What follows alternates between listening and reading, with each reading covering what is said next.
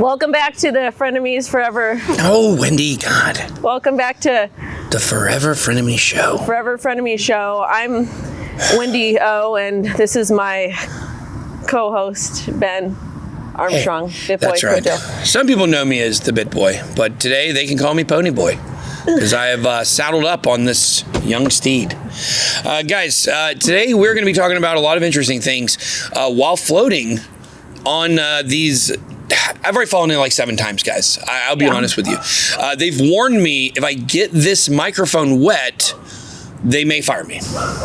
Yeah. So we didn't even talk about what we're gonna, because I gave 3 podcast ideas. Yeah. So we didn't even discuss what we're talking about. Yeah. So which one do you want to cover? There's quite a bit to cover. Yeah.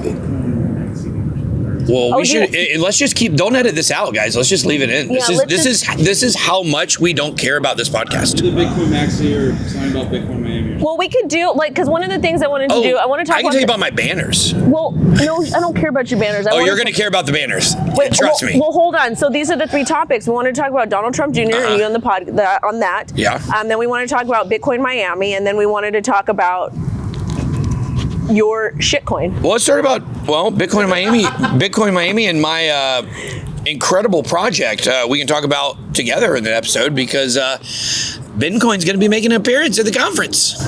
Oh shit! Hey guys, hold your horsies because this one's going to get fun.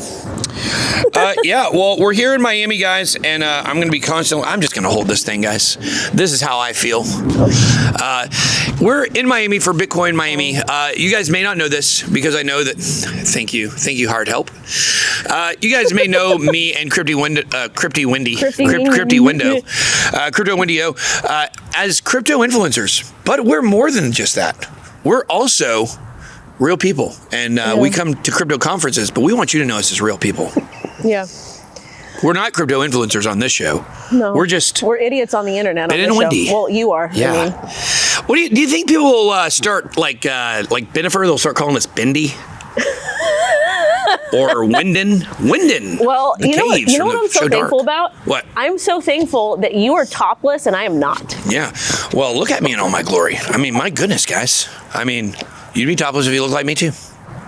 Well, I mean, don't flex, Wendy. Don't flex. This is ridiculous what we're doing right now. This is so ridiculous. Yeah. Like, can I say what I said of the clip that BJ took? Yeah, go ahead and explain your BJ clip. My asshole is wet, and I'm so frustrated about that. Like, half of me is like wet, and it's just so uncomfortable. I'm just not happy right now. Yeah. I'm in the pool. It's a problem some people would kill to have. Really? I mean, I don't know. People are into weird stuff. We already talked about that. We know some people are into toes, which, by the way, I wish maybe by the end of the show we can get a close-up on my toes. They look much better. And I don't know. Did you wear the socks in the pool, Wendy? No, I didn't. I'm just going to keep my feet in the thing. Because if you guys want to see my toes, you have to pay a lot of money for that. Yeah. Do you pay per toe? Is it per toe? I don't know. Actually, I have a really good story about somebody with a foot fetish, but I can't say it on this show because it would be really bad. Well, but somebody after hours. Somebody actually offered me $500 to suck on my toes back in like 2007, and I will not. Were you even of age then, Wendy? Yeah. I'm just kidding. We all know you're very old. Yeah, that's I'm right. Old. Yeah, that happened. That did happen. Well, believe it or not, the only thing that anyone has ever done to my toes is laughed and ridiculed me for my lack of toenails. It's been a hard life, guys. But you guys know it's not my biggest problem in the world. Of course, I do suffer from a eating disorder called ARFID, which right now there's some spicy food inside I'd like to try, but unfortunately it has some peppers and some onions, things that violate my ARFID protocols. So I'm gonna have to sit it out. Quite hungry right now. Wait. Violate. Yeah. Violate. Do you remember when like Ledger was like the main character of crypto Twitter and like because they found a back door? Yeah. And somebody's going to penetrate that back door. Well, I tell you what, when you've got a back door exposed, it's always going to get penetrated. We know that for sure. Look, here's the deal. We're here in Miami for a crypto conference. You may not care about crypto. Oh, did you say crypto? I did. It's a crypto conference. Shots fired. Shots fired. Oh, wait for this. Can we just start off by talking about back's wet. Mine, never mind.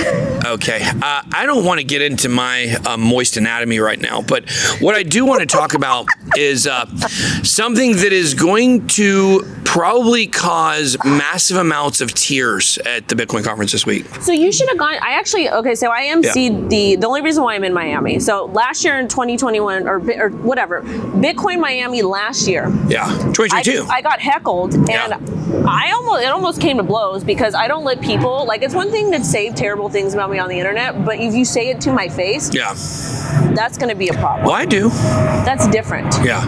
But so I wasn't going to go because I wasn't the only woman that. Because you know that I won't call the cops if you hit me. Well, you don't want me to hit you. I hit kind of hard. Well, that's okay. Maybe we should do a show one day where Wendy hits me. We could. I'll hurt you, though. Listen, I can take a punch with the best of them. I promise you that. Okay. Okay. No, but what happened was I got heckled, and it was really rude. They didn't even say it to my face, but then they are actually taking pictures of other women and posting on the internet, which is not appropriate. You don't do that to me. That's very violating. And I don't think you should talk to women like that anyways. Yeah. Like, you're not, like, you know, whatever. So I was not going to go this year. You mean you shouldn't call women ugly? I mean, like, on the internet? Why? Who would do that? The only person I would think would do that is a dude that can't get a woman. Yeah, that's right. Generally, you would like people.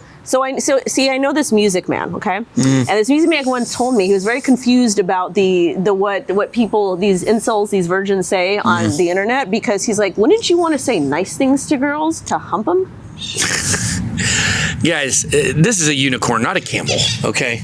But back to the thing. I wasn't going to go because of all the drama last year. But well, you know I'm going to take that guy's hat this year.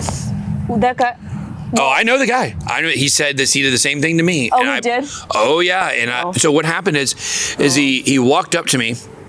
And he said something under his breath, and then right as he went by, almost as if he was trying to graze my body and get a sniff of my neck. Well, he probably was like trying to assert his femininity to you and like have you mount him. He said, "Shitcoiner," right by me.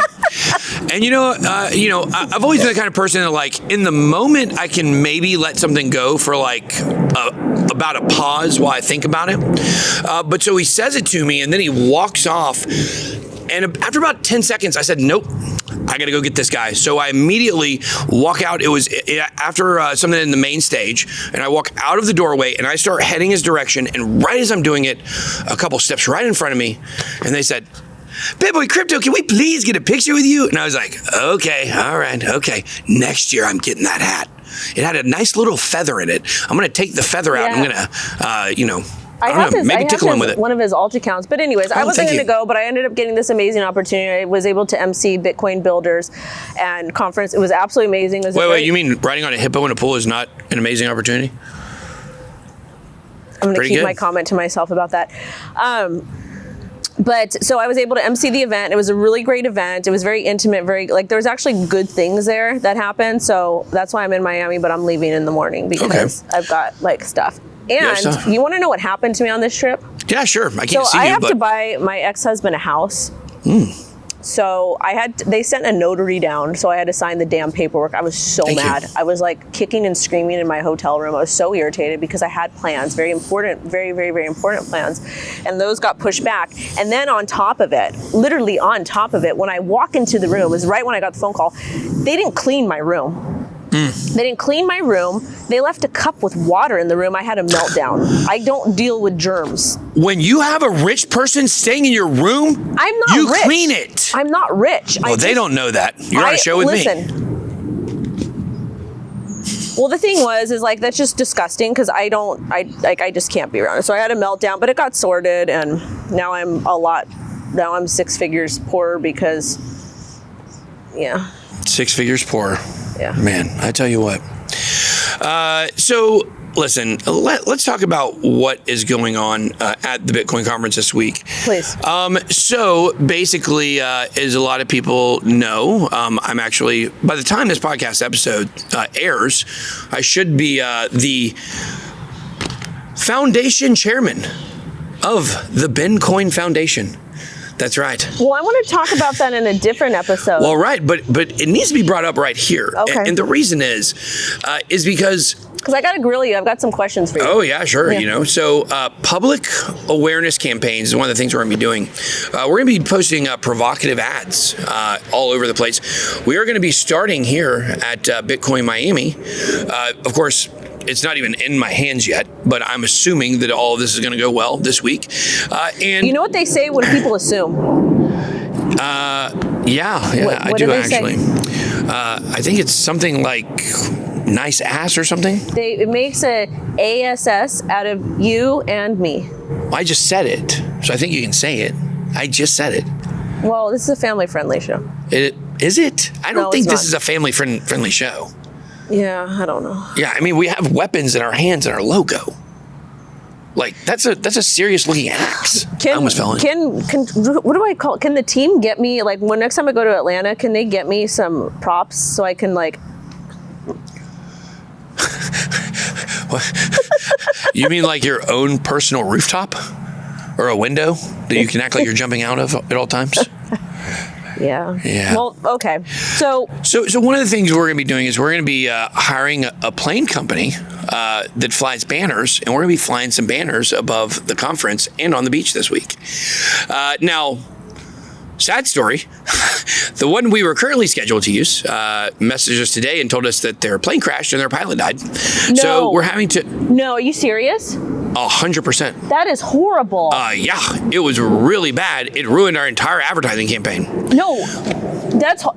Oh. You know what? I know that you're a good Christian somewhere. You better say a prayer for that person. Yeah, well, he's dead. I'm going to say Say a prayer for the family. Universe, we'll say a prayer for the Universe God, please protect this person's family, and I hope he didn't have any kids. It's tragic. She is a great pagan. So the point is, though, is like, yes, obviously that's a very sad situation. Is he telling the truth about it? I don't know. Maybe you can look it up on the news. But it was just kind of a dramatic way to get that in a text message. Like, hey, guys, we're going to have to delay this a day, maybe not be able to do it. Our that sounds pilot that sounds crashed. fake. Like, that sounds fake. Because that's like my grandma died. Thank you. BJ, would you send somebody that? Send them what? A text like, my pilot died. Like, I don't know. That sounds weird. It sounds like I don't. No, there's probably a sufficient gift for that. Yeah. I feel like that's not appropriate to say. Well, he told us. So, but we think we're going to use a different company. Or they may still be able to do it. Obviously, that was a joke when I said it ruined our entire advertising campaign. Because, yes, guys, please. Yeah, Ben is not completely heartless. Of course. Well, it reminds me, when I was a kid, I was on vacation in Panama City, or Daytona Beach.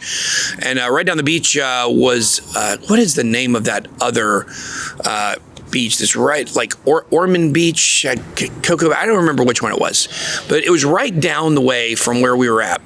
And we went in the gift shop, my mom and I was probably like, I don't know, 9. Wow, you grew up rich, because I never went on one family vacation. Oh, you didn't? So we generally went on a family vacation every year. They got much more luxurious, of course, after I ran away. You ran away? Oh, yeah. I left my house very beginning of my senior year. Yeah. Oh. I lived in my car, lived in an apartment with 2 old stoners, and there was a period of time where we didn't even have power, but we had candles. One of the places and a lot of weed. I lived in an emo trap house once. That was fun. Emo. I did. I really did. And then when I met my ex-husband, I lived in the trap house that he lived at. And then I also lived in his apartment, and my high school friend, he stayed there, and he was like super on the spectrum, really, really great guy, but he slept on 2 couch cushions in the living room with cat poop on it. Oh, nice. Yeah. Wow. Well, I won't tell you about the other. We could talk about the Hollywood days. Those are fun. That sounds kind of sketch, Wendy. That laugh, that scared me even more. Yeah, I mean, they were pretty bad. Well, I don't even remember what we were talking about. Oh, we were talking about the planes airplane. going. Yeah, but what were we talking about just now? Right before that, when I said, "Why did I say I left?" Oh, that my you house? were rich and I was poor. Oh, we were not rich. We were not rich growing up. I mean, certainly when my mom was before she got remarried to my stepdad. I mean, we were barely making it. I remember she came home one time, or she called and said that she got a raise, and her raise was $0.25. And I was like, my whole family, like my grandma and grandpa and, some other people in the family, they messed with me because I thought that meant she was now making $0.25 per hour. Not that she got an extra quarter. She was making like, I don't know, $4.25 or whatever back then. I don't know. But, I certainly didn't come for money, but we did always go on a family vacation. We should talk about family vacations on another episode. That would be really fun because I've got some fun family I didn't vacations. Go on any. Yeah, and you can live them vicariously through me. Thanks. Yeah, I always got in trouble. They were always miserable. So I was in Florida. I was in a gift shop with my mom on vacation. And this lady behind the gift shop, the cash register, she goes, "Oh my gosh, did y'all hear?" And I said, "Hear what?" And she said, "Oh my gosh, it's the worst thing. Down the beach, a kid got bit by a shark, a 12-year-old boy, and he lost his whole leg. And I just keep thinking that must have ruined that family's whole vacation." Ruined the whole vacation. Like, today the kid still has no leg, I'm sure. Maybe he has what do they call those? Aesthetic, not aesthetic, prosthetic. Aesthetic? Not aesthetic. I have the aesthetic for the show. That's the only reason why people watch it. Yeah, you have the aesthetic for the show. Yeah. Okay. Yeah. I thought you said prosthetic at first. I was like, I'm what going to get some you? prosthetics too. I don't know what kind of appendage you're growing, but. No, I'm going to have to. Yeah. So look, here we go. The banners. We're going to be flying 2 banners if no one dies. The first one is going to say, "Maxie's, why you mad?" ? Signed, your frenemy, #Ben. The next one you're going to really love. The next one is going to really trigger some folks. It's going to say, "Bitcoin loves Bitcoin. The poor man's XRP." We're going to fly that over the conference. Will someone try to fight me? Will it be the guy in the feather hat? Where's TJ? Yeah.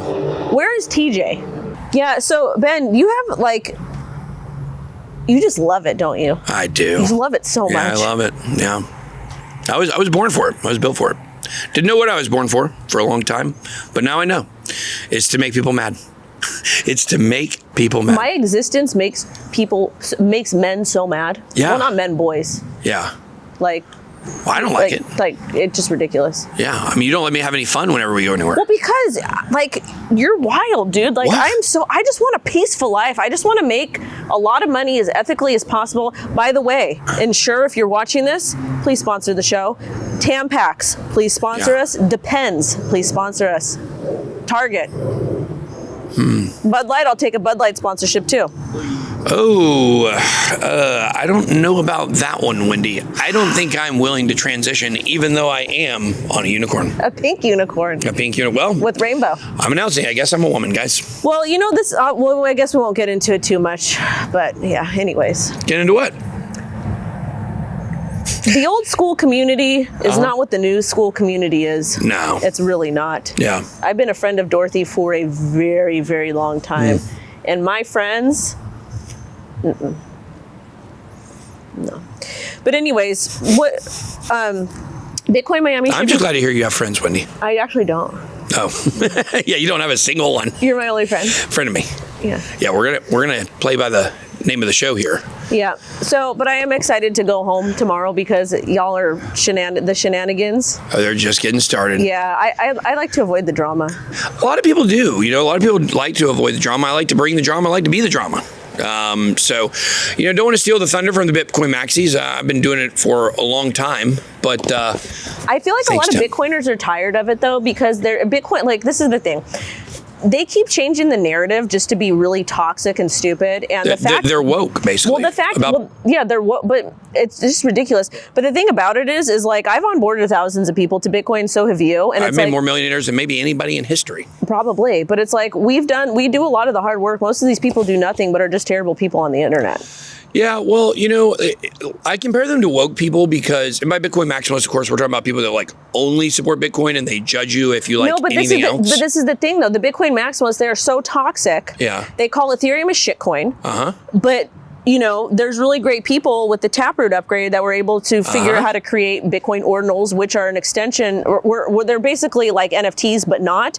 And I think that's absolutely amazing. Like NFTs are really important of being self-sovereign because you actually get to own whatever you created. And to me, that's amazing. And then they created the BRC20 tokens, which I think is hilarious because now there's shitcoins on Bitcoin using the Bitcoin network, and they're just mad. And that's what you get for being a toxic a-hole. Yeah. Really, but in all actuality, this is going to help bring adoption because more people, because of the creation of Bitcoin ordinals, more people are learning how to run nodes and actually using Bitcoin instead of just buying it and mortgaging their house, like Sailor said, to buy more Bitcoin.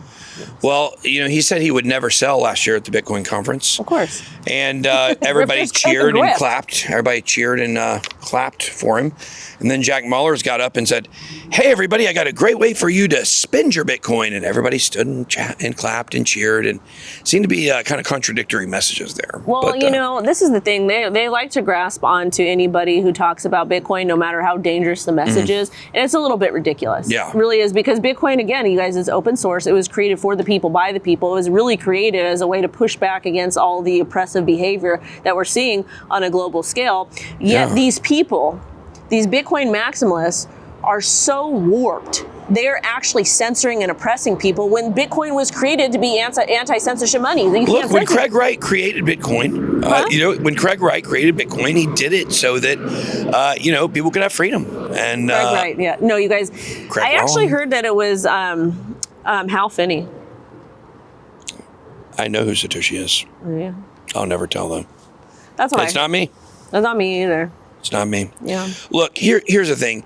I compare them to woke culture because the way that woke culture works in our country is, and I assume maybe everywhere, is that but remember when we were in Estonia, there was not woke culture there. Everybody just chilled. In America, we have so many social issues. Well, that's because they have to wake up at 4 a.m. with the sun. Oh my God. So, we have so many social issues that are absolutely ridiculous. Some of them are a little bit problematic. I'm chilling now. And that do happen. But for the most part, the social issues that we experience in the United States are really because of a wealth gap, not really because of anything else. People are just bored. Yeah, well, you and I get along pretty well. You just called me poor. I did call you poor, Wendy. Look, so what culture does is they create so many rules that you can't possibly follow all the rules, because some of the rules actually contradict themselves. And that's what the Bitcoin maximalists do. Over time, they create so many rules, like you're not allowed to do this. You can't invest in this coin. You can have invested in ICOs at one point and got rich from it, but now... Most of them invested in the Ethereum ICO. Of course they did, but and most of them invested in EOS and all that other crap, too. Yes, they did. But now it is not allowed. And even though it's part of their journey. They abandoned EOS, and the EOS has now been taken over by the EOS Foundation. How sad is that? Well, Dan Larimer was always going to lead that project, but I understand, that's where crypto but my point of the matter is, the fact of the matter is, grift from the grift. And from the beginning, I've always been open and honest. I'm a shitcoiner. I'm a proud shitcoiner. Yeah. Me too. I mean, but I don't like that word. I don't like that word. I am for the decentralization of the internet, the decentralization of our financial system. And it's going to take more than just Bitcoin to do that stuff. Or I don't know, maybe those kinds of coins on Bitcoin right now, it looks like. But the point here is that over time, you can't follow the rules. You're always going to break some of them. So what happens is they start to eat their own. So now that you've got these Bitcoiners that are using ordinals, now the woke maximalist says, you're not allowed to use those. It's clogging up the network. You can't have fun on Bitcoin. Imagine telling somebody how to use a Bitcoin network after reading Satoshi's white paper and probably having it in your, above your bed. Yeah. And humping whoever you're humping and reading that and getting off on that. Because that's what these people do. They have dolls that look like Satoshi. I'm sure of it. They've got this anonymous doll, with the anonymous mask. Now, they know it's a female, but you can't tell by looking. That's the way they like it. That's real pseudonymous, if you will.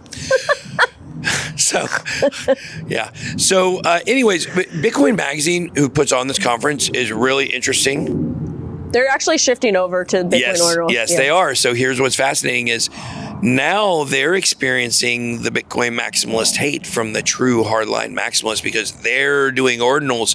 And you've really seen some of the stuff from Bitcoin Magazine like change a little bit over the last couple of weeks, is they are now getting attacked themselves for supporting ordinals.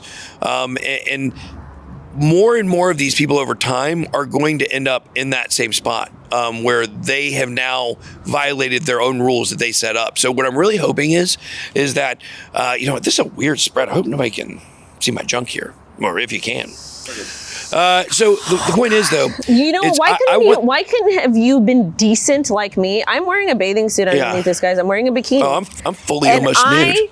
I'm covered. Why? Because I'm a lady. I'm a classy lady. And I'm not a classy lady. Because my body is for my man and my man only. And if you want to see it, you have to pay a lot of money for it. I ain't got a man, okay? But the point is that when it comes to the situation, I believe that next year for the Bitcoin conference, I think we're going to see more acceptance of crypto than we've ever seen at the conference. Maybe if I play my cards right, they might let me speak next year. I'd love to speak at the Bitcoin conference. I would love to. Remember the Bitbus when we took it to go to it was Bitcoin 2019, and I hosted a meetup, and everybody loved it. They were so happy. Yep. That was before they hated all of us. Even though we've onboarded more people than most of these people. They haven't onboarded anybody. They actually talk people out of getting into Bitcoin. They do, because they're so nasty. Yeah. Gross. Like, my gosh, why would I want to do this? It's like, a profession or something where like all the people are miserable. Yeah. No offense to the people that work this job, but like I find like people that work at the jail and like prison guards, they all kind of have the same kind of disposition and countenance. And it looks pretty miserable to do that job. I would never want to do that job. What's that? To be a prison guard? Yeah, I would never be a prison guard. I know someone who's a prison guard. He kind of I've almost been to prison several times. A lot of people think I'm still going to go. Huh?